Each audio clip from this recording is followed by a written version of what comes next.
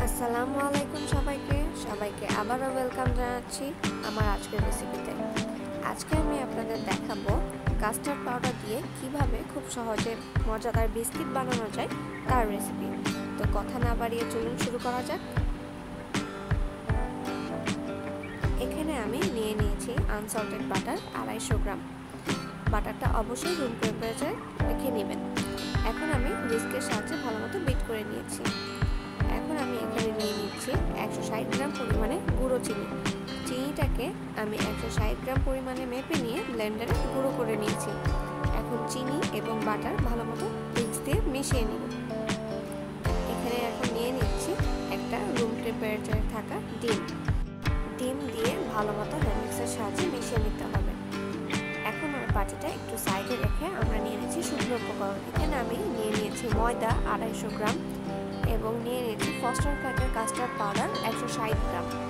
এখন ময়দা এবং কাস্টার্ড পাউডার ভালোমতো মিশিয়ে নিতে হবে।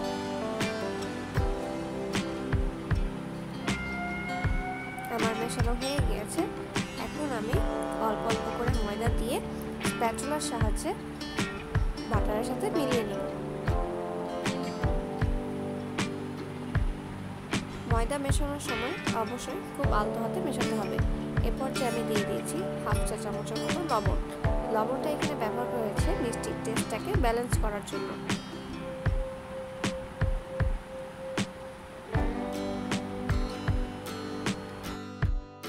সবগুলো উপকরণ ভালো মতো মেলানো হয়ে গেছে। ডোটা দেখতে এমন নরম হবে। এখন আমি 1 টেবিল চামচ পরিমাণের মতো ডো নিয়ে সবগুলো বিস্কিটের শেপ দিয়ে দিচ্ছি। ওপরে হালকা ডিজাইন করার জন্য আমি কাঁটা চামচ দিয়ে হালকা চাপ দিয়ে নকশা করে নিচ্ছি।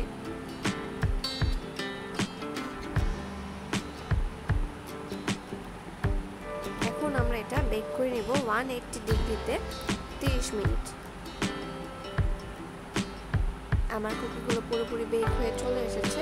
কুকির সাইজগুলো একটু বড়ই করেছি আমি, এবং দেখতেই পাচ্ছেন কুকির নিচের অংশটা কতখানি সুন্দর কালার এসেছে। আশা করি আপনাদের ভিডিওটি ভালো লেগেছে। ভিডিওটি ভালো লাগলে অবশ্যই আমার চ্যানেলটিকে সাবস্ক্রাইব করবেন। সবাইকে ধন্যবাদ।